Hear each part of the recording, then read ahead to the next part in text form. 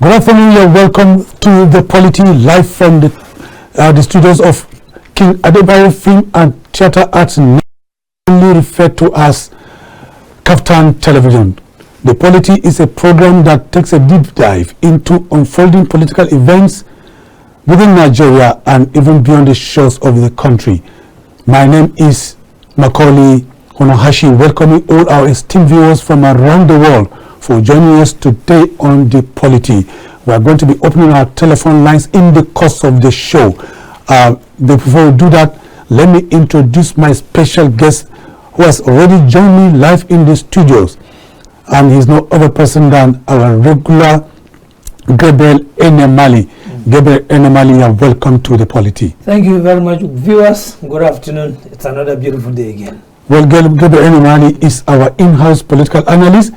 He's our, community reporter and editor. He's also a global traveler, an activist, and a specialist in cashew.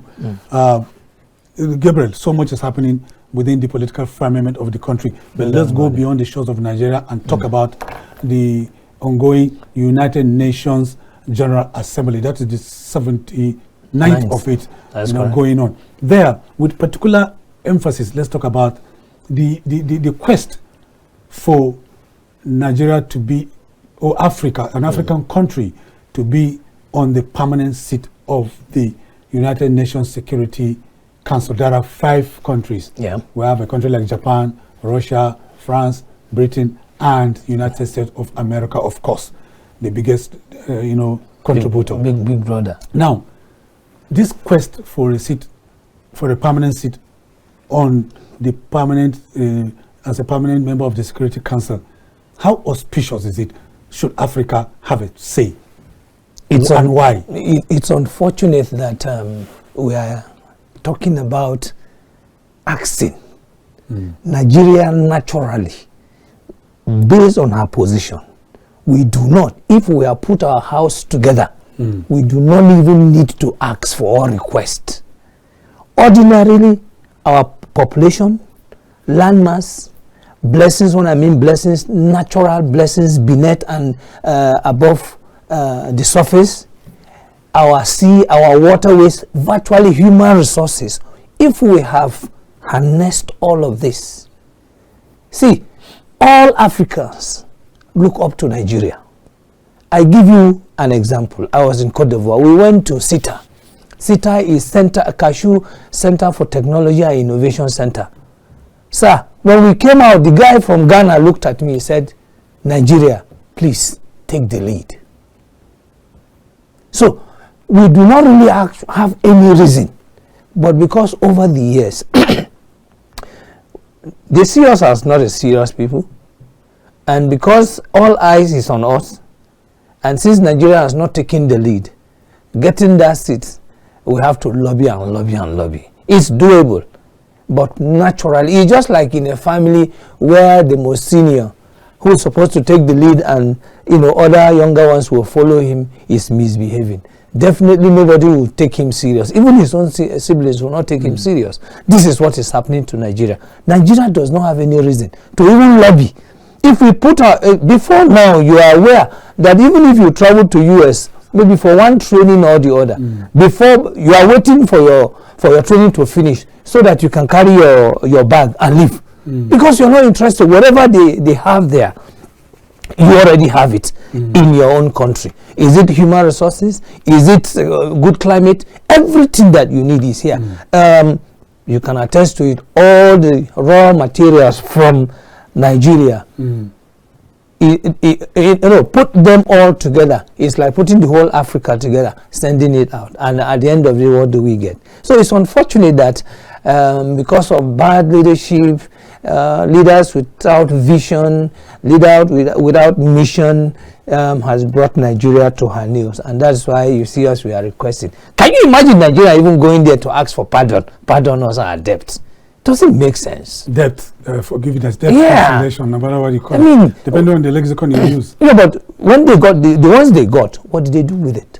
These are the indices to making, there are criteria to climbing the ladder. You got $1 XYZ. What did you do with it? Now talking about the quest for permanent seats. Yes. At the Security Council gives you a platform for veto. No doubt about it. It gives you power to do a lot of things. It gives you, but again, like I said, our house are not in order. We are not, we don't look like, we are scattered. We are like sheep that are scattered. No shepherd leading the flocks. So this is what is affecting us. Naturally, yeah. I mean, if our house is in order, sir, applying for it is one way. We have Nigerians that are doing very, very well outside. Is it lobbyists? We have them. These people can just go ahead and lobby for us. This shouldn't be a problem for us at all. But of course, because so many things are not done properly. Bad leadership, governance, we are lacking behind. The United Nations General Assembly, we are signatory, don't forget. We are a signatory to it. Now, how, if they should, okay, let's assume they said, all right, giving us this seat, what is our performance in achieving sustainable development goal? We are nowhere to be found. And other African nations are fighting for the slot. Yeah, they will. Fighting Nigeria, they will. The slot. Countries like Egypt, countries like yes, they will. Even South Africa and even Rwanda. Their economy is better. Their people are more protected. So they will. It's just like I said, I gave you an example where you have siblings and you, the senior brother, you are not doing anything. Those behind you will also want to take the seat, since you the senior brother, you are not responsible, you are not responsive, you are not doing the needful. Your younger ones too want to, since our brother no want, let's take it, I'll sweep it away from him. They will gang up against you and then take it away from you. And of course, you will be the loser at the end of the day. That is what is affecting us. Because many a times, if you look at this, we have people who have the capacity, who have the tenacity, and who are ready to change the narrative. But there are some cabals that are holding the country down. They will not give us that opportunity. They won't give that person that you know that has the capacity, they will not give him the chance. And that's where we are today. Well, we're going to open our telephone line right about this time so that viewers can begin to call in to make the program conversational and interactive. It is your show. Please begin to call in. The telephone number is right there on your screen. Make the program interactive and conversational by calling in to give us your thoughts. Now, 5 members, form the security, the permanent, are permanent members of the Security Council of the United Nations. Yeah. And there are fights, amongst them. Yes. Russia has never been in agreement with United States of America. There's aggression, there is friction, or rather war between Israel and Hamas. Yeah. Now there's a new front that has been opened by Lebanon. Israel is also fighting Hezbollah in the northern, fringes of Israel. Yeah. America is supporting Israel. Meanwhile, they sit at the same table with Russia that has aggression against Ukraine. How can Africa get a place in this kind of this? Like I said, you see, this world power, 5 of them, they are like cabal. And if I were in Nigeria, I also want to join in that cabal. Okay. So that I also have my own bites and that I can talk. Now, why is America seems to be dominating? It has so many allies. So many allies. Now, why is Hamas? Hamas, you kidnap people. The people say, bring back our people, or else we'll attack. And they're attacking, people are dying. Now, the following day, Hezbollah started hitting Israel. And Israel was saying, stop it. We don't have a problem, but they are sympathizing with Hamas. It's okay, don't worry. We'll finish with them and then come back to you. Now, look at what they have just done within a week. Look at what Israel has done. And with the backing of India, with the backing of US, look at how they are supporting Israel. Definitely, in a family, there must always be a cabal amongst, especially when the children are many. So, and then the serious cabal will also have their own supporters. That is what is happening. So I expected Nigeria to fight to be part of the cabal, and then so that it can also be like an authority in whatever they are saying. It should also have a say in whatever they want, or from the African point of view. Remember when South Africa had issues, apartheid. Nigeria played a very, very significant role. And today, they are liberated because Nigeria, the money, weapon, everything, all support they needed, Nigeria gave them. So that is what I expected Nigeria to be doing, so that Nigeria can have a say. If they come to talk when we are saying, no, come and sit down. No, we have people who are technologically oriented or driven in terms of technology, in terms of innovation. Nigeria has them. Just yesterday I was reading, UK licensed 256 doctors against our own disadvantage. 200. Somebody was telling me that the highest number of doctors in America are Nigerians. The highest number of nurses are Nigerians. So why is it that back home here we don't want to stay? So Nigeria should put our hands together and then say, look, this is what we want, and this is our position, and this is how we can get it. That is why a lot of people still respect Obasanjo. Obasanjo, because of his military background, and he knows what it is to become amongst them. He will fight, bulldoze his way. But those you see these days, no, they are always after their pocket, and that is why they don't even have a say. Okay, having missions, abroad by nations, yes, manned by ambassadors or consulars, gives, provides platform for diplomatic traction. Absolutely. When Nigeria, in the last close to 1 year, we don't have ambassadors. When we were here talking about a permanent seat. That is a lack of seriousness, I'm telling you. How can you not have, who lobbies for you there? Who speaks for you? Yeah, that's right. I mean, this is what, who goes there to speak for you? Nobody. Nobody. Common Federal Republic of Benin. We don't have an ambassador. The Republic of Benin here.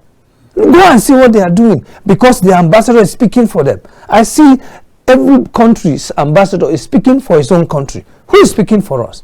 This is the lack of seriousness I'm talking about. We are not serious. We don't look like people who are serious, and we don't look like people who have a vision or a mission to achieve something. So it's pretty difficult. And I just told you, imagine they said they should score you based on XYZ, that you are a permanent member. I mean, before you become a permanent member. Which among, let's say, 5? Which among these 5 are we going to? Is it climate change? Only 2 years ago, we are only having our own National Council for Climate Change. Only 2 years ago. While others are doing a lot of things.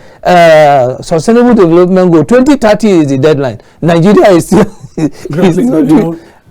So, if you put all of these things together, is it on agriculture? Where are we? So, everything is bedeviling us, and we are nosediving, and we are falling by the day. So if you don't have a representative as ambassador, who speaks for you? If you don't have representative as ambassador, who lobbies for you? When discussion comes, who will they talk to? These are the issues. So we don't look like people who are serious. Nigeria is like an enterprise, that you have people where you have the executive director or CEO or MD, CEO, who is to manage this. And then in this enterprise, you have several units where you put your directors. Our CEO is not serious. So how can the directors be serious? And of course, because everything starts and ends on his table, he is the alpha and omega. So until he approves, nothing works. So if you don't have a serious head, this is how it will trickle down and affect the whole body. I've heard someone giving an analysis where he said, the United Nations General Assembly is just a talk shop, and beyond deployment of blue berets for peace missions, elsewhere around the world, they do, largely nothing. He also asked a rhetorical question: how united is the United Nations? That's fella. How united is the United Nations? Yes, definitely you cannot have 100% United Nation. That's one. However, if you have your own segmented cabal, you'll be united. Like the NATO. They are united. If you attack one NATO, all of them will fight you. Waso. Or anyhow you want to call them. Anyone you attack, amongst all of them, all of them cannot be 100% united, because everybody's interest is different.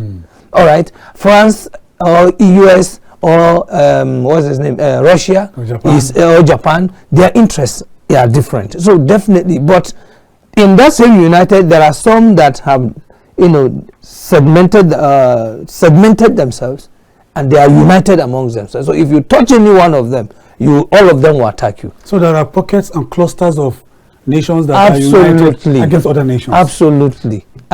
So Nigeria should also be part of those that will be in one small cabal that can speak out. Okay, let's take this first caller. Good afternoon. You are on to the Polity live from KAFTAN Television. Please, your name and where you are calling from. Good afternoon, sir. This is Jerry on the line. Jerry on the line. Go ahead, Jerry. From where? Yes, honestly, it's an interesting topic. Thank you, Jerry. But let me tell you something. Just like our guest speaker there just said. Yes. You have a senior brother who doesn't even know his who doesn't even know what to say. Even when it comes to matters. The only way that the senior brother knows is his pocket. Yes. What do you want them to go to UN and say? Tell me. When your country is not even united, when you don't even know your people, you don't even know the plight of your people, and you want to go and be united. Look at all those countries. I talking of UNC. Can you touch one person in UNC and go free? Can you go to Russia and touch anybody in Russia and go free? No. In Nigeria, you can kill anybody and you can go free. Nothing happens to you. All the resources we have in Nigeria, tell me, who is it helping? It's helping nobody. I'm telling you, as I'm talking to you now, I'm not eating today. Not that this country is not endowed with a lot of food. If you come down the television, please, and then go ahead. But the problem we have is that could you help us unless we go to the drawing table, we sat down and talked to ourselves. Okay. And take this country as if it is our own family. That's the only thing that will get it right. But as it is now, everybody's on his own. Nobody cares about you. Nobody cares about me. Nobody cares. Even when I sleep or I don't sleep, nobody cares. Even when I'm chilled, nobody cares. Everybody just looking for his pocket, build a very gigantic house, a house that you cannot live up to 90 years. You are keeping well for only your children. You are making your children comfortable when other people's children are dying. And who do you want to go and die for Nigeria? When Nigeria doesn't want to, doesn't even like you. This is pathetic, honestly speaking. Let me take you back to the memory lane. When General Abacha, when he was sanctioned, what happened to Nigeria? When America did not even care about what happened? With the resources of this Nigeria, he was able to do what he can do. Maybe people are calling him that he is this and that. Honestly speaking, he's the best. He's one of the best presidents you can ever have in the country. Take it or you don't take it. Then maybe you talk about Yaradua and others who just die just like that. This is pathetic. I think, please, you as journalists, you have a lot of work to do. People are suffering. When I say suffering, people are dying day in, day out. The number of people who are having hypertension in Nigeria now are much more than those. In fact, anybody you see him on the way. Please don't slaughter anybody, because the moment you slaughter anybody, he's gonna die. He's dying not because of anything, because the thought in his head. And if anybody just abuse you, just go your way. Not that he's abusing, but what he's suffering. Come on, let's not talk about even going to the UN, because we are going to disgrace ourselves there. Because the rubbish we are doing here, we are going the same thing to go and do there. Thank you very much. Thank you so much. Jerry has given us a perspective. You react to some of the issues you raised. First of all, like I said, you are a senior brother, and your responsibility as a senior brother is to lead the way. You are not leading the way. Definitely, your younger ones will want to, snatch that position from you. I mean, how can you have a country? People are dying, you don't care. People are hungry, you don't care. They tagged us poverty capital of the world. That alone should give you a sleepless night. That alone should begin to tell you, hey, gentlemen, I need my bright heads to come here together. Let's sit down. This name that was given us, we must remove it. It's not just enough to respond by saying it's conspiracy. No. Whether conspiracy, no conspiracy, is it true? The reality is on ground for anybody to see. So, can you now call all the brainheads and say, hey, gentlemen, this name they tag me, or they tag us, I am the leader. Please, we must remove it. Between X time, give timeline, And then you begin to move into work and see where do we start from the rural community, insecurity, poverty, and so on and so forth. A serious man will put all of that together and then lift his people out of poverty. Okay, let's take this caller. Hello, good afternoon. You are on to the Polity live from KAFTAN television. Your name, please, and where you're calling from. Good afternoon. My name is Polity calling from Adamawa State. Polity, you're welcome to the Polity from Adamawa. Please give us your perspective on the conversation. First of all, I want to appreciate your guest in the house. Thank you. Honestly, he has speak a lot. He has speak the minds of so many Nigerians. Thank you. My own point of view here is that the leaders do not even have the country at heart, talk more of coming, putting their head together to see what they can do to survive the country. This problem. And I think, to me, it's high time for them to put their head together, come on the table, to look at what they have to help this country. Not that whenever they are on table, they are there to embezzle or to siphon the money that is meant for the country. Why would they be begging the IMF and the World Bank for pardon? For what? They have not rightly utilized that money. They misuse it. They invested it. Why are they begging? We are not in support of that. They should not pardon us in that, in respect to that money. They should look for money anywhere they want to pay. Let them pay. But the problem, the plain truth of this matter is that things are not moving well in this country and everything is getting out of hand. When everybody will be pushed to wall, I don't know what will happen. We have so many natural resources. In fact, even the Alkama that today everybody says because of Ukraine war that many parts of the country are not seeing it and not enjoying it.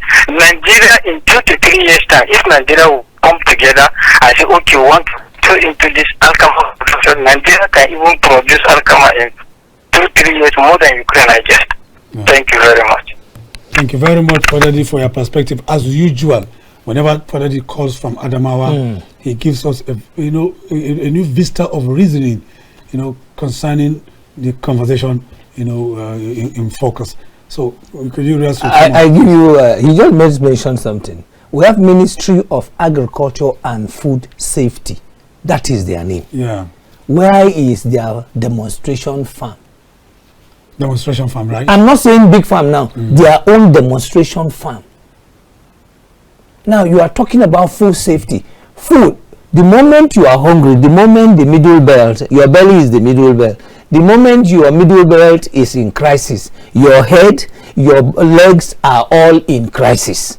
And so any man who is hungry is an angry man. He can't do anything. So if a minister, I challenge anybody, let us see our agricultural policy. We don't have. How can such a country move forward? To the left, to the right, back and front, land so much mass land for us to do agriculture.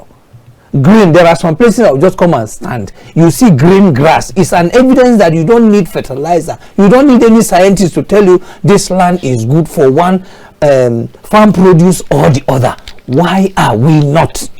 I repeat, why are we not? Okay, well, that is going to be our third topic today. Yeah. Let's come back to the crux of the issue, and that is the permanent seat at the Supreme and the Security Council of the United Nations. Why must we wait until there is hunger? Because there may not be talks for us to be considered, to be given the offer of first refusal to be a member of the permanent seat until next year's, that is this year is 29th? 79, sorry. The 80th. The 80th, until the 80th before we begin to hear anything like that. Why should we have Nigeria is known for fire brigade approach. And one of the reasons is because we don't have ambassadors to lobby for us. That's one. Two, if you have a vision, you will have a plan to achieve the vision, which is your mission. Now, what is the vision of Nigeria? And what is our mission? Or how do we go about executing this vision of ours? Now, where people are going to farm, you say, no, I want to wait until it starts raining. When it starts raining, when will you clear and burn the bush before you start plowing? Okay, I like this analogy, but hold your thoughts there. Let's take this third caller. Hello, good afternoon. You're on to the Polity live from KAFTAN Television. Go ahead, your name and where you're calling from. Oh, we have lost that caller. Continue with that line. So, where people are going to clear grasses, you are seated. Where people are already burning and clearing the ground and start plowing and all of that, you are still seated. You are not doing anything. So if Egypt tomorrow, you hear Egypt or any other person gets it, don't be surprised. Because they have already positioned themselves. There is an adage, if you plan to fail, if you don't plan to, how do you call it? If you plan to fail, I've forgotten is the way. If you fail to plan, you have planned to fail. Exactly. Do you understand? So this is exactly what is happening to us. Nothing more than that. You are a student. Your parents sent you to school. You refuse to read. When everybody is coming out with certificate, you say, I don't have certificate. Did you read? You did not read. So why are you requesting, where's my certificate? You cannot give what you don't have. Yeah. So definitely going to the UN at the dying minute, requesting for a seat just because you have population, just because you have land size, just because you have all manners of potential, it's not enough, sir. There are so many criteria that goes through it. How have you been able to take care of your people?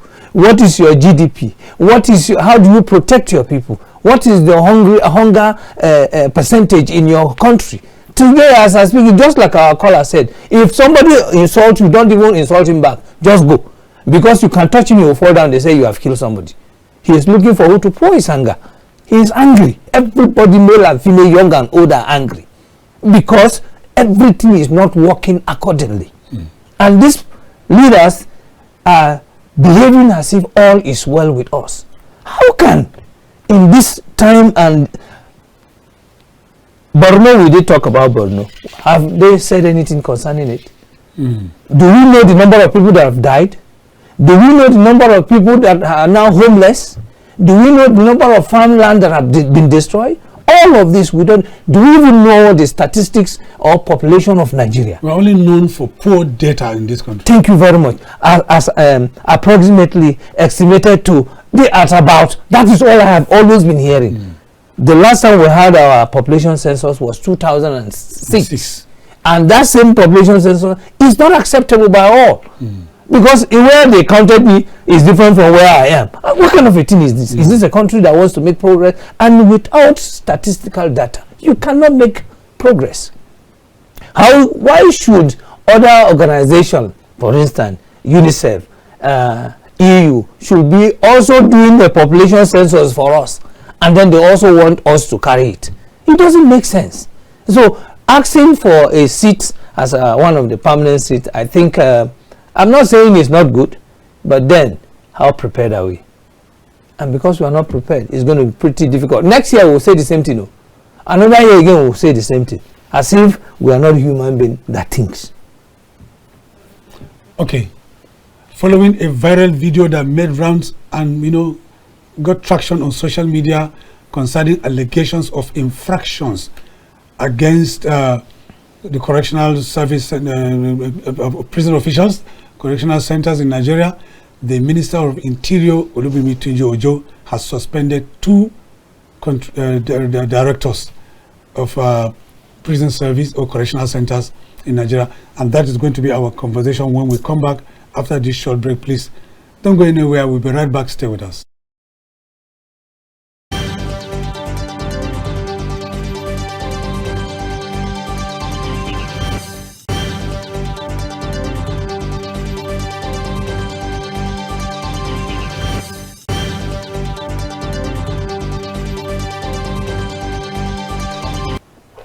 Well, there has been a trending news on social media. There's a guy called VDM, very dark man, who made some damning revelations against the Correctional Center of Nigeria, against the backdrop of the incarceration of Bobrisky, Idris Okuneye. And yesterday, the Minister of Interior, Olubimi Tunji-Ojo, has announced the suspension of Deputy Controller of Corrections, DCC, in charge of Medium Security Custodial Center, Kirikiri, Lagos, and that of another, suspended Deputy Director in charge of Maximum Center, the same Kirikiri, Lagos. How did you receive this? Well, I'm not surprised.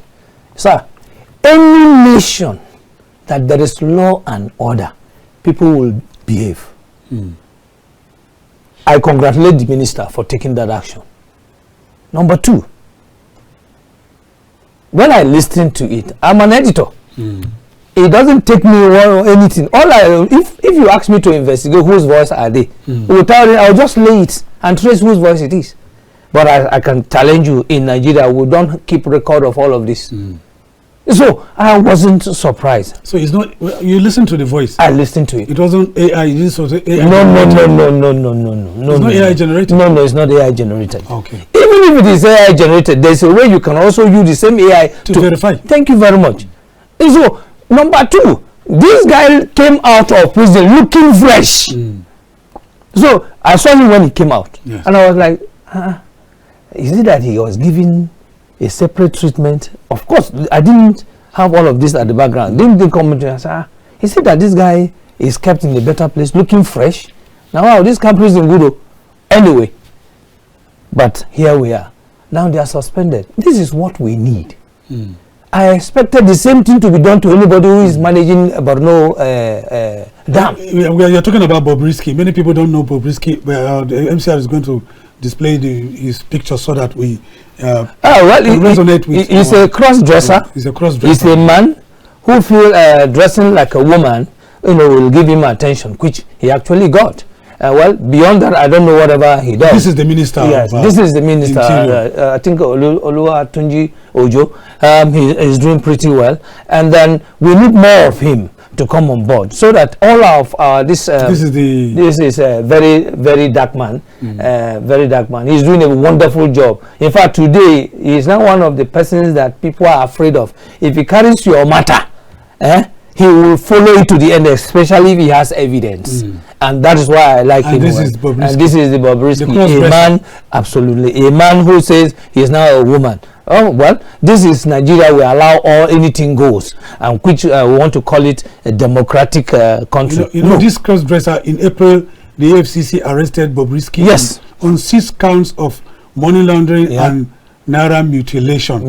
However, during his trial at the Federal High Court in Lagos, Justice Abimbola, if I remember very well, Oboloro, dismissed the money laundering allegation of charges, but he was found guilty of mutilation of money, and he was incarcerated for 6 months. 6 months, that's correct. And there are allegations that he was kept in a luxury apartment. Yes, he paid money. He paid money. That is what is taking the correctional officer's head.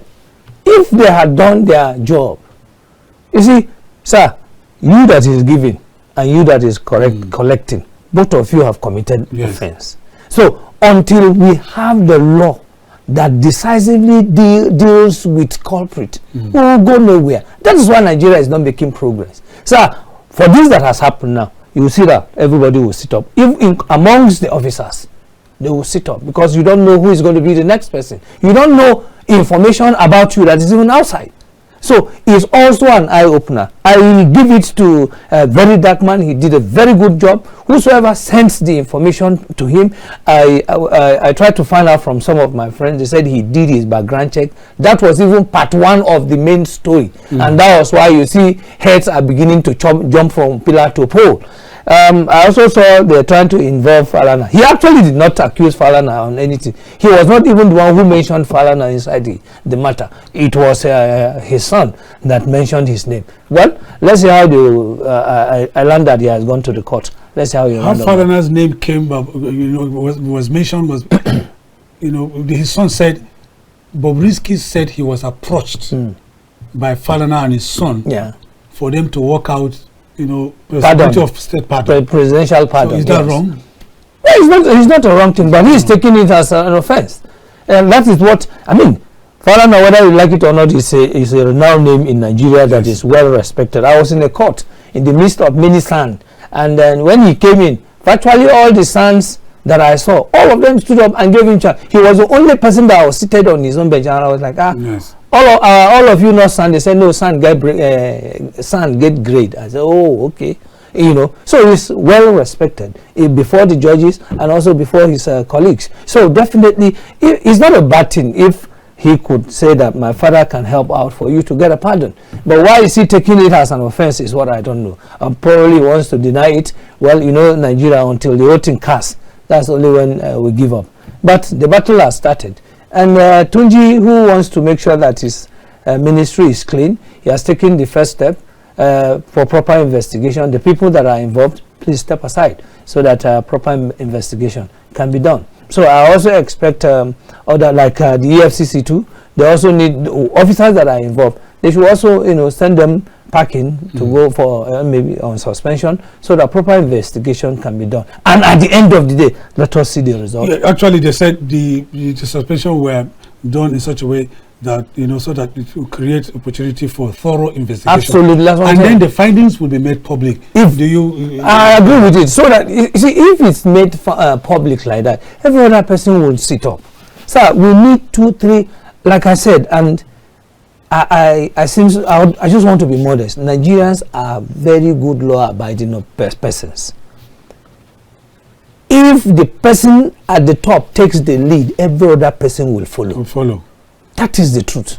But the moment you at the top, you are misbehaving, every other person will misbehave. So if the minister whose ministry is being affected is taking this kind of a thing, then everybody, no matter whether you are the DG, you are the EG, whatever you think you are, that it means that the rod can be descended on you. So I want to sincerely give it to him. He has done a very fantastic job, and I pray that they continue so that all Nigerians, trust Nigerians now, will start making noise so that we'll see the final report. There was you know, a motion of urgent national importance on the floor of the House of Representatives, whereby the members unanimously called for the probe of EFCC and correctional centers. They have to. You see, EFCC is not today. Most of the people that were having one issue or the other by EFCC today, their charges has been dropped, and they are in one office or the other, especially at the National Assembly. All of them, a lot of governors today. What happened? Why is it that they are not doing their job? So definitely we need that. Of course, again, don't forget, most of them, they know that they are involved. EFCC can easily dust their file, and they will also be in trouble. So dusting, telling them to be suspended, except you bring fresh people and tell all of these people to go, then that means even then, at the National Assembly should be ready, because their files are still there. You know, the allegation also, you know, stated that EFCC dropped the charges of money laundering, yes, you know, against because he paid Okunoye, because he paid 15 million. 15 million allegedly. You know, do you think it's enough to nail anybody in the EFCC? These are mere allegations. Even if it is mere allegations, provided there's investigation and the proof are there, sir, not only no, send him to jail. EFCC, Financial Crime Commission. That is Financial Crime Commission. Now, what you are supposed to do is what you are doing. I mean, you are not doing your job, rather you are doing the reverse. Come on. So, is money 50 million not finance? No money be that. You understand? So, as far as I'm concerned, it's the right thing to do, so that we can begin to sanitize our security operatives. Let's sanitize them so that they can be proper job done. Many Nigerians are cynical, because even within the lawmakers, there are people that are, you know, being investigated by the EFCC. That's correct. Allegations. They have cases in court. No doubt about it. So they are cynical about it. Yeah. Should they be? Are they wrong to be cynical? They are not. It's not. But you know, once you are benefiting from somebody, because of that benefit, whether he's doing the wrong thing, you don't want to know. You don't want to know. Again, Nigerians still don't trust our security operatives. They don't trust anybody anymore. If you are a government official, whether you are a security, if you come and you tell them, so they hear. So that confidence has long been thrown to the dust. So people don't, if you not like Mona do, if you not like Mona do today, simple. That trust is not there. How can we have a president who were being probed, everything about him is not correct, yet he became the president? Everything about him, primary school, we don't know. Age, we don't know. Secondary school, we don't know. University, no while. Everything till he became president, we don't know. But these are mere allegations. But have them, did they allow you to be proved? Sir, as you are, if they ask you where did you go to primary school, should that be a very terrible, difficult thing for you to answer? Perhaps when I'm going senile, I may not remember. Okay. When I'm going senile, I may not remember. But these are mere allegations, I must reiterate. It's okay. And they have not been proven, otherwise. Well, let's go back to, many Nigerians believe that these infractions, within correction centers in Nigeria, are so endemic. This is not the first time. Yeah, that's true. And then a case in point is that of one of the two governors that were incarcerated. One, got a jail term of 14 years. The other one got a jail term of 12 years from Plateau and Taraba State. That's during correct. Yami and Dare. One of them was alleged to have been kept for 3 years, outside the correctional facility, and whatever you want to do in this country, if you have money, you do it. If the money you have is not enough, more money will do it. If the more money is not enough, more money will do it. I am not surprised. So every other person will always want to follow, provided you have money. Money has a very, very terrible power in this country and influence. And in influences, you see, in a country where people are so poor and so hungry, the correctional centers officer, how much is his take home? And then probably the money you are offering him, maybe that is the entire job he has done for 35 years. You think maybe best him be? You get blood now, you get blood and water flows in his vein. And he will definitely collect it so that waiting happen on my father's job. So the people are not well paid, they are not encouraged, they are not motivated. So anything that comes their way, they will just want to grab and move. Sir, how can just common rice, just common rice, a policeman will go and steal the rice? Okay, let's take this caller. Does that make sense? It doesn't make sense, but let's take this caller first of all. Hello, good afternoon. You are on to the Polity live from KAFTAN Television. Go ahead, your name. I can hear you. Please, could you be a little bit louder? Okay, go ahead. We still cannot hear you, but go ahead. Like Area said, no trust, no everything. Could you speak up, please?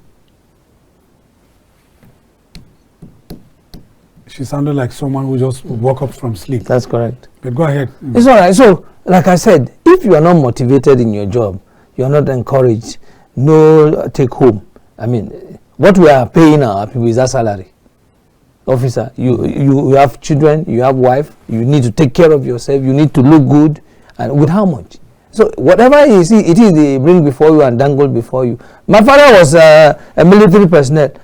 Then back then in the 80s and 70s, every six months he comes home with regalias from the top to the bottom, where he has so many boots in the house, belts.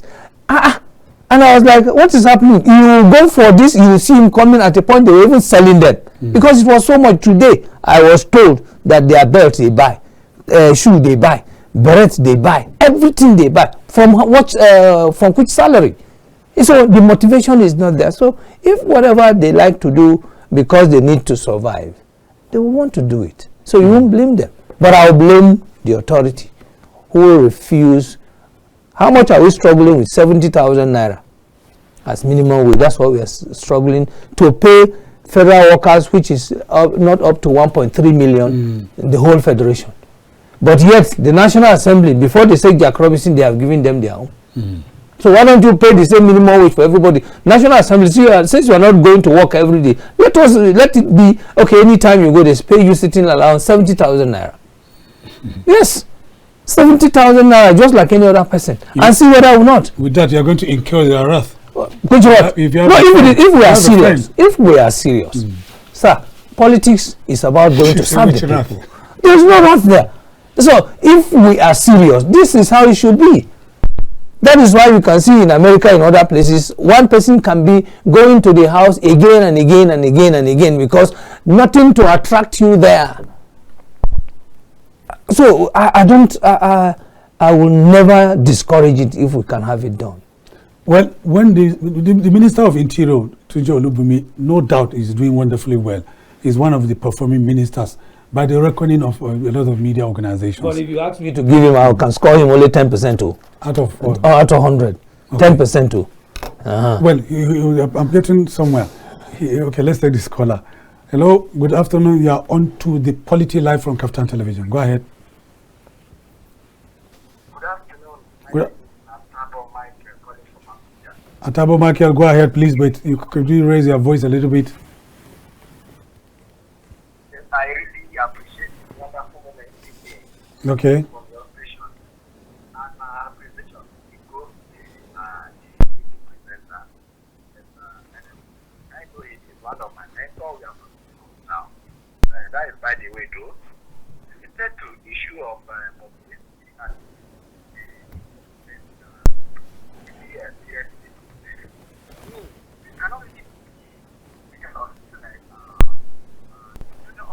blaming them because they lack the whole manipulation from their instructors, the generals, and the people involved. They say that you are like your partner. So the only thing we say is, as a nation, we need to be our roots again back.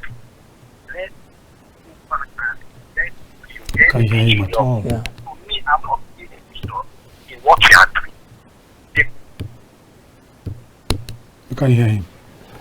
Well, he talked about reforms. What have you seen so far?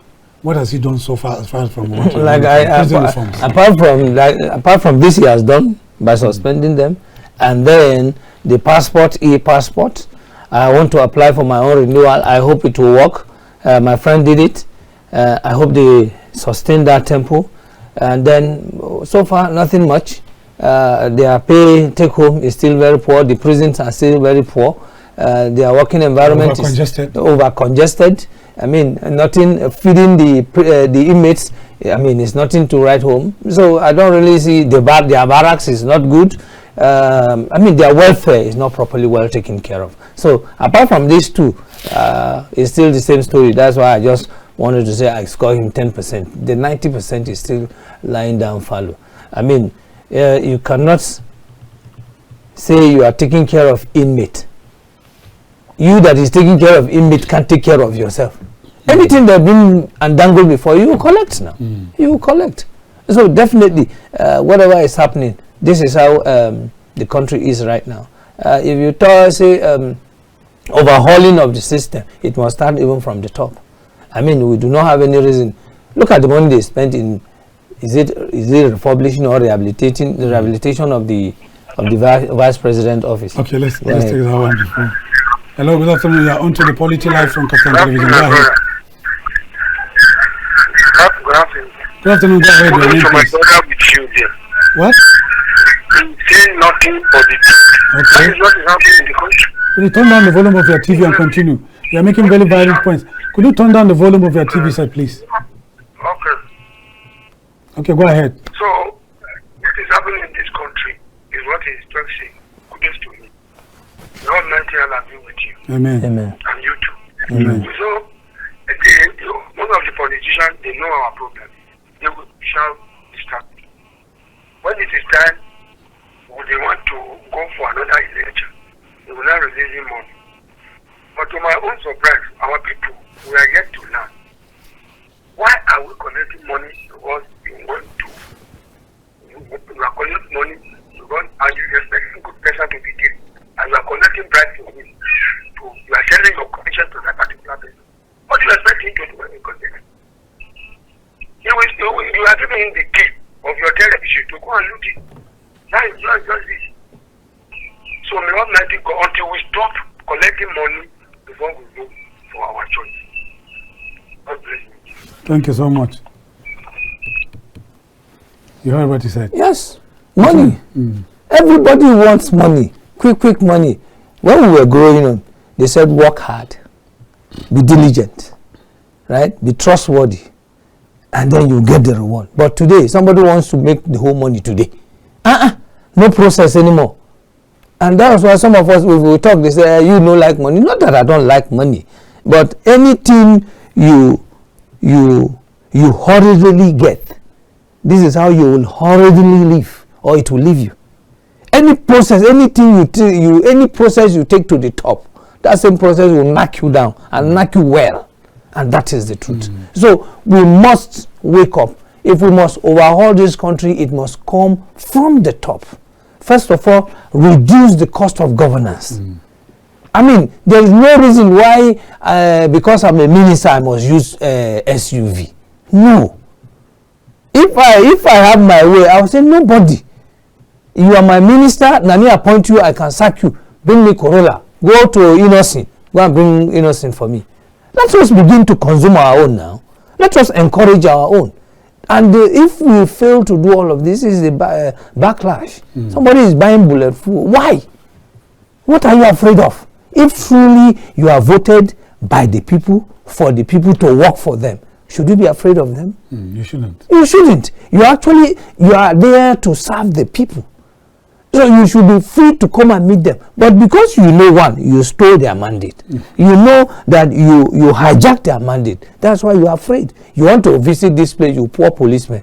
You bring all manners of security operatives to come and make sure that they scare everybody away, all because you want to come and visit. And that's why most times if you ask some persons, if you ask me, I can barely name 5 or 6 governors to you. What we used to do before in the primary school or secondary school, name this governor, we have them offhand.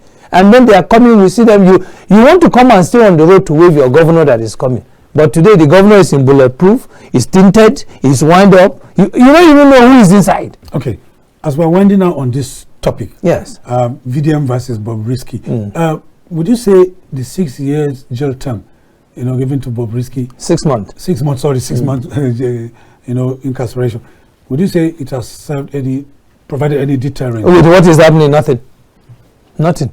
It shows that, of course, I'm sure he must have also told his mates that, Jai, when I get money, if money dey your hand, you buy your way.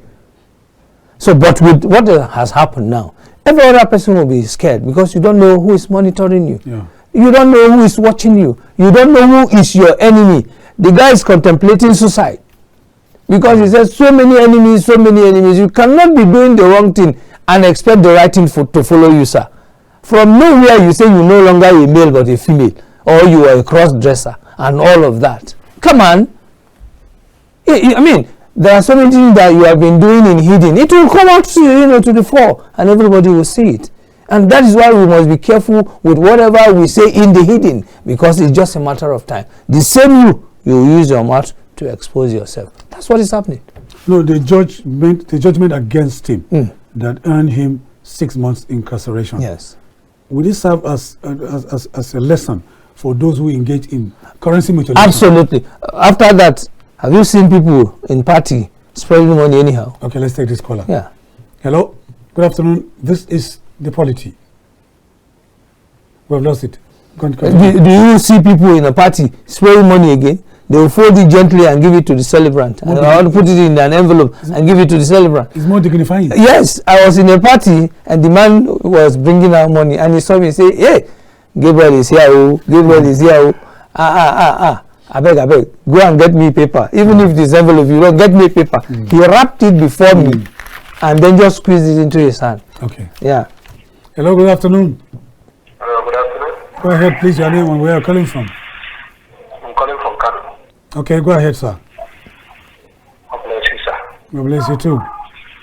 We got my speaker, my brother, Gabriel, Enemali. Okay. And you yourself, God will reward you too. Amen. Thank you. Nigeria, we only do prayer. People are dying, people are suffering. Nigeria, there's no peace, all this are leader. Understand? We vote for them to achieve something, but we vote for them, we are suffering. So even the prayer is no. Let God save Nigeria and let God provide. Our prayer is only God provide everybody will get. Everybody, until you get to God, you get place before you leave. Understand? Yes. But our people will suffer. So please, if you help us, please God assist us. In Jesus' name, thank you. Thank you so much. We appreciate your call. This afternoon, you heard what he said. Yes.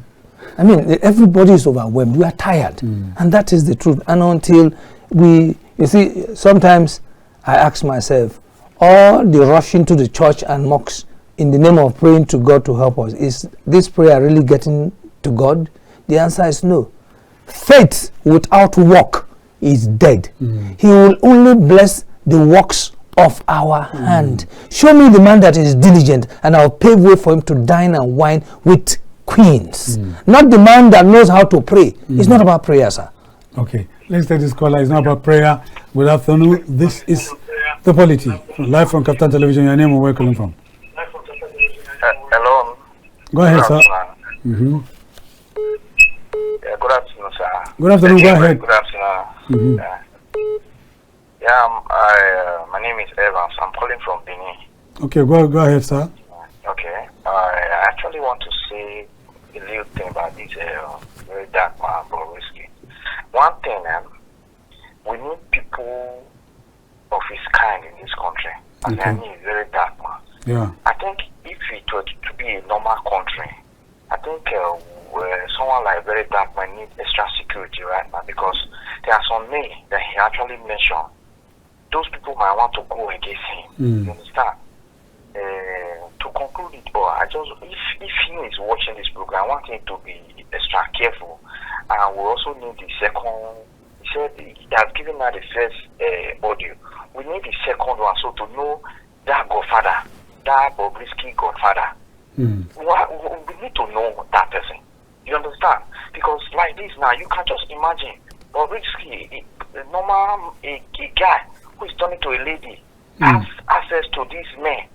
So what foundation is he laying for the young coming generation? Exactly. So they are messing up the whole thing. So I really don't know. I thank you guys for your program. You're doing well. Thank you very much. Thank you. I appreciate you. Thank you. Evans, you heard Evans from... well, you see, the truth of the matter is, he who is doing good hardly gets rewarded. But later, he gets rewarded. And one with God is majority. No matter how they plan to pull you down. You see, there are not many of his kind. I'm talking about very dark man. So if you try to pull him down or kill him, God will not even permit you. I saw him on the social media saying that his address is on social media. That is, his house address is on social media. Now, what was the motive of that guy putting his address on the social media? He must have his own motive, maybe arranging people to go and kill him, and he rushed away and went and he came out to say it live. So people like this, yes, I agree with you, in a very progressive country, they're supposed to protect him. But of course the reverse is the case. That's why some of us, even we that are doing community report, we also face it. If you do one report, they will tell you, a local government chairman will tell you, what did you say? I am doing my job as a reporter. Your job as executive is to fix it. How is that a problem? To expose it. Yes, ma. I said there is no water here. You say, why did I say there is no water? I mean, so doing my own job. It's not you that said I didn't say it. I only went to report it, and you've gone there, you've seen it. Instead of you to fix it, you're coming after me. I mean, so that you can scare people like us? No, sir. We don't get easily scared. There are some persons that are dogged, and they have made up their mind. Death to them is nothing. I mean, those that you were born together, some of them are dead, you are alive. Those that you senior, some of them are dead, you are alive. Those that seniors you, some of them are dead, you are alive. Not because you are wise, not because you are beautiful. No, sir. There is a purpose that God brought you to this planet Earth. Do the purpose, and you see that you will also be at peace with yourself. Okay. Nigeria is a mono economy with so much dependence on oil, which has created so much confusion. But there is a sector that has remained largely neglected that could have overtaken the oil that we are fighting over, and that is the agri sector. The agri sector, we're taking a short break. When we come back, we'll take a particular, we'll take a look at that sector with particular emphasis on a cash crop that can be of export value and earn foreign exchange for Nigeria for the overall development of the length and breadth of the country. But that will be after this short break. Please don't go anywhere. We'll be right here. When we come back, please stay with us.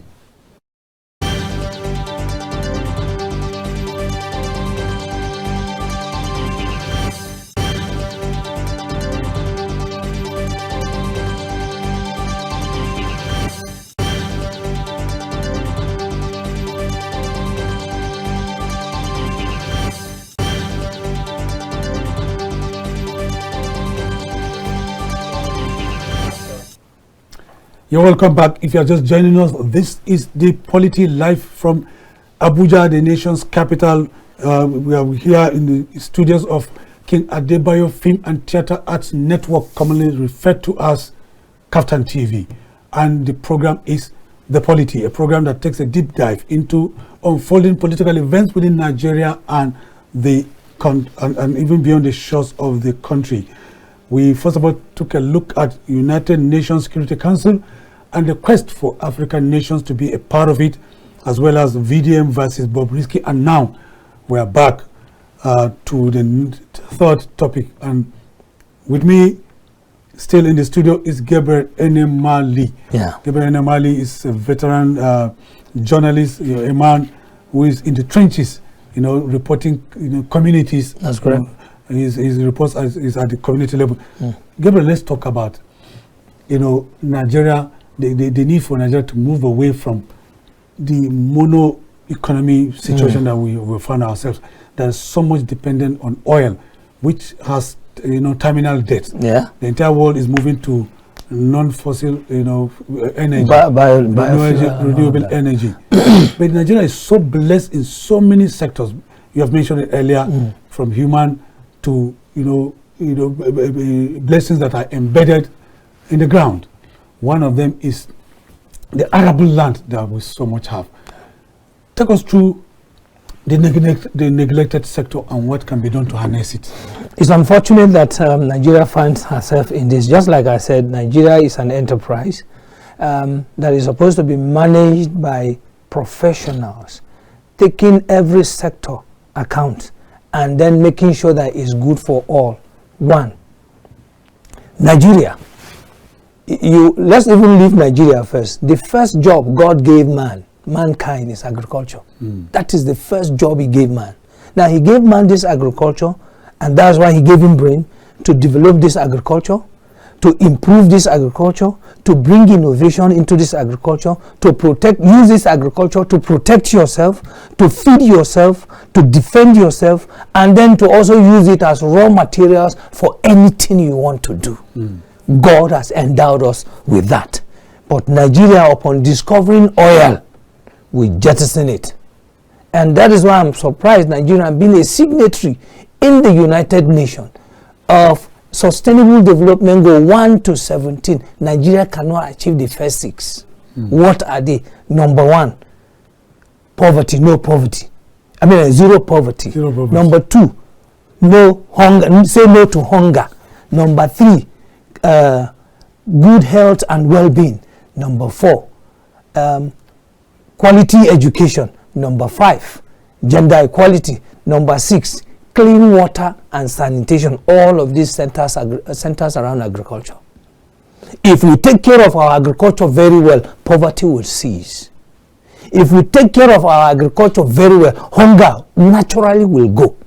If we take care of our agriculture, health, don't forget, our people eat good food from the farm, organic food, and that is good health and your well-being. Because the moment you are hungry, that's sickness. And the moment you eat, your sickness is gone. So, number 4 that talks about quality education from our agriculture, whatever we have taken to market and we have generated fund, through the funding, we can take care of our education. That's right. Research will come out of it, research for development, innovation, technology, and industry, or industrialization, and so on and so forth, all from agriculture. Now, women inclusion, some people don't like to say gender equality. That is number 5, SDG goal number 5, but I call it women inclusion. Because if you go to the farm today, I challenge you, I'm a rural farmer, I'm a rural community, 80% of the people who works on the farm in different stages, when I mean different stages, from clearing to harvest, are women and youth. So we should include them. And that is why SDG goal number 5 talks about gender equality. Then number 6 that talks about clean water and sanitation. Of course, we have aqua agriculture. As part of the agriculture, our waters today are not clean. So as it's not clean, you drink it, you take in diseases and you are sick. Our sanitation, of course, sanitation, as far as I'm concerned, is, I was in Lagos. I said, Lagos, like, still like this. Lagos, Abuja, the same thing. So no city is clean. So all of this centers around agriculture. And until we activate SDG goal number 17 that talks about partnership with individuals, spirited individual, partnership with NGOs, international donor, partnership with government, and partnership with corporate organization. Only then, once the government take the lead, all of this thing will follow suit. And before you know it, we will be better for it. Today, because of bad leadership. Nigeria has but fertile land, yes, to grow almost everything you can find, including grapes, and apples in the Mambila plateau. I'm from Kogi State. I'm from Kogi State. Inside cashew, I planted ginger, turmeric, pineapple. Inside my cashew. My father planted 1,560 stands of pineapple. Okay, let's take this caller. All right. Hello, good afternoon. You are on to the Polity live from KAFTAN Television. Go ahead, your name and where you're calling from. Hello, good afternoon. This is Engineer Dayo calling from Omoogun State. Okay, Engineer Dayo, go ahead, sir. I want to commend our guest. Thank you, sir. Good. He has said it all. You see, since when Nigeria discovered crude oil, that is when the project started. We are once agricultural producing country. There was no hunger then. Everybody to his own farm. But since when we discovered the crude oil, that when the project started. Unfortunately, nobody wants to go to farm again. Everybody is looking for white collar jobs, which are not available. You see, presently in my house, everywhere is dies, so I have to start planting in that sack. I have a lot of yams now that will be harvested in that sack, even potatoes. That's correct. So if everybody is taking that step, it will reduce this hunger, everybody shouting hunger, right? You see, the minimum wage, most of the money we are working for is for us to eat. So if we can really provide the food we eat ourselves, the economy will balance somehow. You know, as a Yoruba man, Yoruba will say when hunger leaves poverty, there's no poverty again. So I really, he has really opened our eyes. The solution is everybody should embrace agriculture. If you go online, you have different means that you can plant, not only going to the farm directly. There are different means. You see different methods. Everybody is just trying to plant something. So that is just the solution. Thank you. Thank you very much, Engineer Dayo from Ogun State. Go ahead. Just like you said, a few years, 2020, during COVID-19, I planted 5,000 heaps of yam.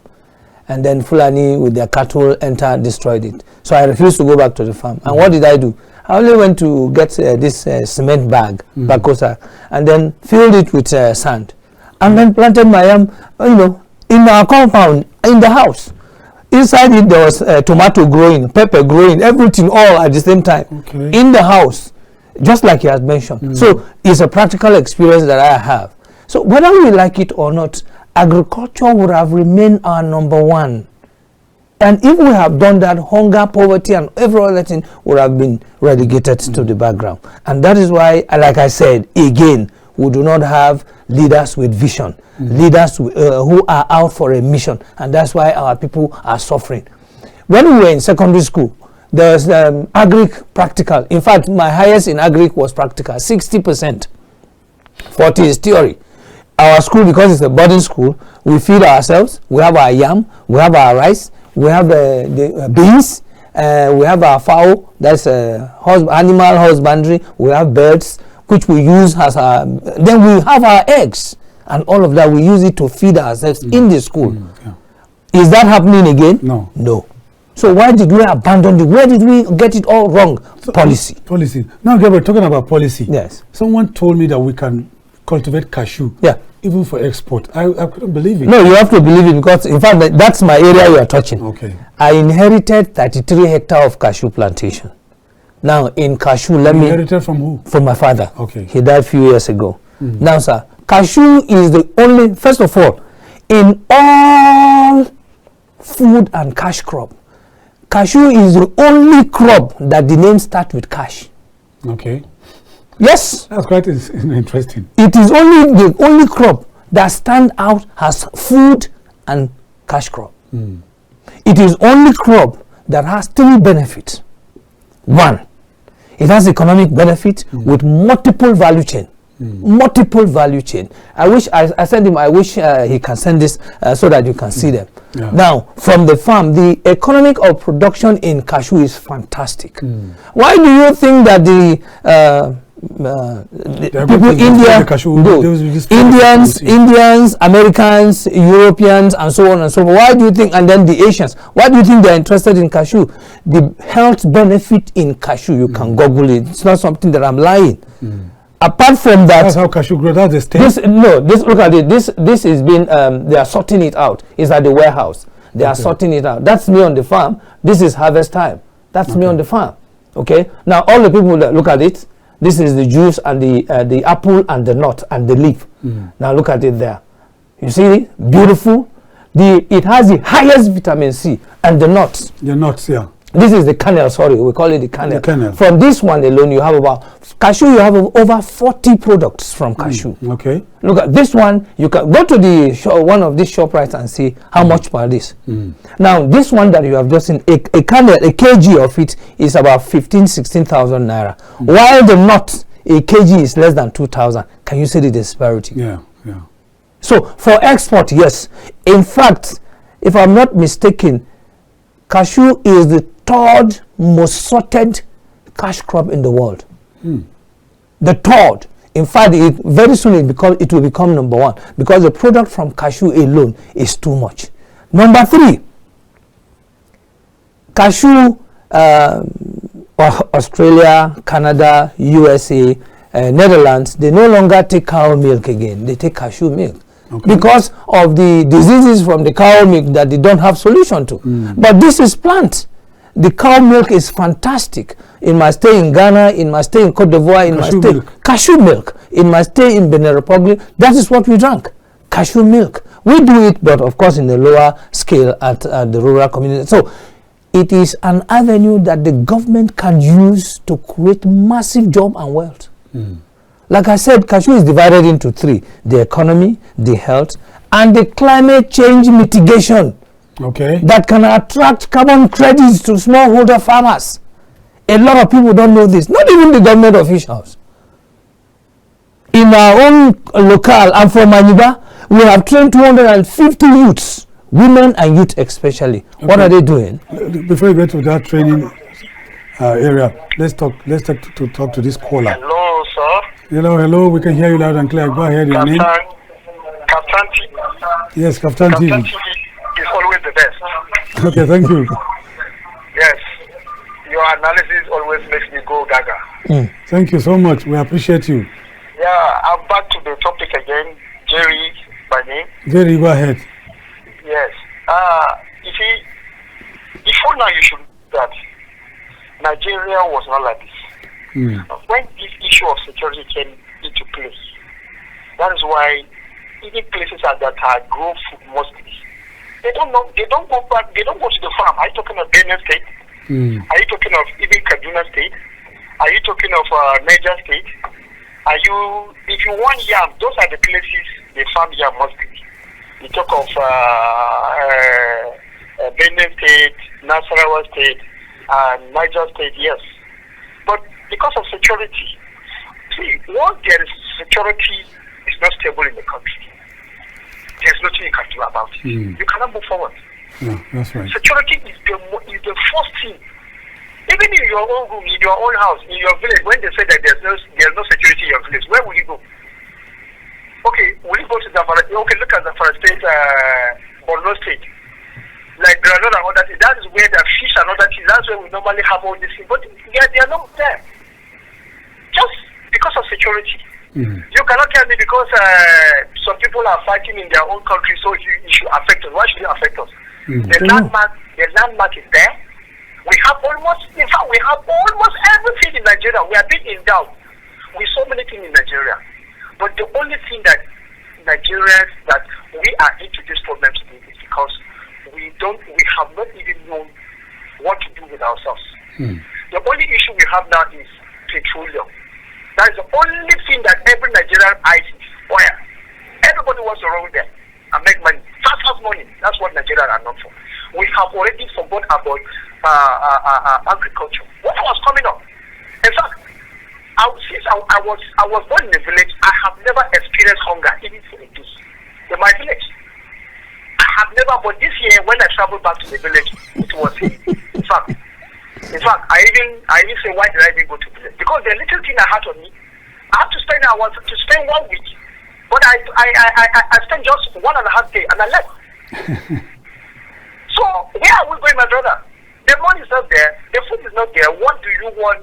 That is why you see most of these our boys are talking Yahoo, this and that, because everything about Nigeria is turning upside down, unlike before. You will farm your granite or you farm your corn, and you go. In fact, the year nobody will enter there. But let me tell you, farm corn now and see. When you go at the outside, you will see that there is nothing happening. But go inside, they have finished almost everything. That's correct. So what are we talking about? As long as we did not settle the issue of security in Nigeria or elsewhere, anywhere, there is nothing like we are not going to get it. We are not going to get it right. Let's sit back and watch ourselves. Let's go to the drawing table. Let's sit. Let's sit and say, what is happening? Except you analyze a problem, you cannot solve it. Yeah. Once a problem is not well analyzed, even your car, if somebody wants to repair your car and he has not troubleshooted and find out what is the problem, how can he go and solve the problem? So let's look at the trouble holistically and see what is wrong. What have we gone wrong? What is going wrong? It's not about all these approach. This gaga approach. This I will do this, I will do that. Are you going? And if somebody helps you, you can also solve the problem alone. You have to look for people that know better than you. Not because they put you in a position you feel that with my mind I might say no. There are people who knows better than you, who knows how an approach that they will make things right. Let's look for them. We have statesmen in all the country. Why can't we call them and sit them on a round table? I don't see how. Let them bring their own input and let's work towards it. And see if this Nigeria will not come back. There's nothing wrong with Nigeria, but it is ourself, our personal self. If you don't love your brother, how can you love what he's doing? If I don't love you, how about nothing that you do? Even when you are dancing inside water, I will say that in fact this man is truly love and just for me. So let's get it right on that issue. Honestly speaking, there is hunger in Nigeria. There is hunger. When I say there's hunger, there's hunger. Go to the place and see. Thank you very much. Thank you very much, Jerry. Jerry said he had to run away from his village. Yes. A trip of, he planned to spend 7 days. Yeah. He had to run away after 1.5 days because of widespread hunger and the demand on him coming from the urban center. Because you know why I'm always in Abuja? If I go and do a report, I must borrow money from my mother to come back. As little as 200 naira. People are asking you to give them. As little as 200 naira. Now there's a community called Bagana in Omala local government. The last 3-4 years, they've not gone to their village because of insecurity. The same thing, there's a community called Oganenigu in the Kina local government. They are cashew. In fact, it has turned to forest because they fall, they grow, they fall, they grow. Nobody to harvest them. So these are germane issue in terms of growing, solving our food security. You can't plant yam. I'm a victim. I cannot go. My sister, she borrowed Lapo. She went to Lapo and borrowed money. Today, she is crying to pay back because what she used it for to plant cassava. Cattle entered and destroyed all. So these are some of these. So back to what we're saying. Cashew is a fantastic crop. Just was late last year. The vice president visited Northwest and donated 2 million seedling of cashew. Okay. The reason cashew grows faster, and because it has canopy, you can use it to protect the environment. Oil destroy our environment. Cashew protect the environment. And because you plant it... What a sharp contrast. Yeah, sharp contrast. So it destroys the environment. Cashew protects the environment. Cashew is also used for shade in animal. In Abuja here, you see how they use it to reclaim land, and then people even sit underneath, as a joint. So these are the benefits from cashew. Cashew is so fantastic. The leaves is used for medicine. The nut It's used for medicine. Everything about cashew is not thrown away. The shell, which is the most expensive of it, we call it cashew nut shell liquid. It's used for your hydraulic, your brake fluid, anti-rust, anti-snake, your paint, your shoe polish, and so on and so forth. All from cashew. What about the stem? The stem is used for canoe. The stem is used for canoe. The stem is used for. Can we have a look at this? I hope you can, show me all of that. The stem, is used for canoe. The stem itself, the back is peeled out as medicine. They use it for dye. Gum arabic is also derived from it. A lot of people don't know all of this. I wish he has all of the pictures. Okay, you can see these women. Yes. These are women sweeping the leaf. The reason why they are sweeping the leaf, because cashew has maintain, and the maintain in it, look at it, all under shade, and the shade is cashew. Now the leaf itself, that one that you see before harvest, because the moment it wither, before it starts flowering, the leaves will fall, and once they fall, that is the most dangerous aspect of it. The moment fire enters, including the wet leaf, you that is the owner of this farm, if you don't run away, to kill you. And so one of the way to maintain cashew is to sweep it.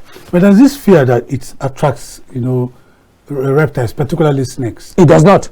Okay, it doesn't. The only reason why you see a reptile is that they also like the juice. The juice. They go there to eat, to partake in the juice, especially the apple. And don't forget, cashew, because of the sweetness, naturally is sweet. So it's used for bee farming. Underneath, you use for bee farming. And the more you have bee on it, the more the pollination. So cashew is a fantastic tree. And for export. Is there any research on how much can accrue annually to a nation like Nigeria? Unfortunately, Nigeria does not have any statistical data. What about other countries that are harnessing? Currently, Cote d'Ivoire is leading. Cote d'Ivoire is leading, Benin Republic followed. Cote d'Ivoire is leading with almost a million metric ton. But based on their policy, 60% of the raw cashew nut must be processed in their country. Same to Benin Republic. And that was why you have the Glojimbe industrial zone in Benin Republic on your way to Togo by the left. Each of the segment or the unit produces 50,000 metric ton of cashew processed every day. Do you know what that means? So you can imagine, for every unit, from those who brings it, and in the whole of the factory, where you see 50 ladies, maybe there you see only one male, because they are mainly work for female, and you can get them involved. Now, all of this, you can do cashew bread, cashew chin-chin, cashew brandy. Did you say cashew bread? Cashew bread. And cashew chin-chin. Cashew chin-chin. Cashew shortcake. Can flour be produced from cashew? A little bit, yes. You just like you have a egusi, you have cashew soup. Like you have a egusi and granite oil. I mean a granite soup. So you also have egusi soup, granite cashew soup. Now, if you extract the oil, you now have cashew kulikuli. Just like you have granite kulikuli. All of this we do it locally but manually, and that's why we're encouraging the government to look into it and have a very good, formidable policy that can support our own indigenous processors, so that they can be involved in processing. We have 3 different types of processing.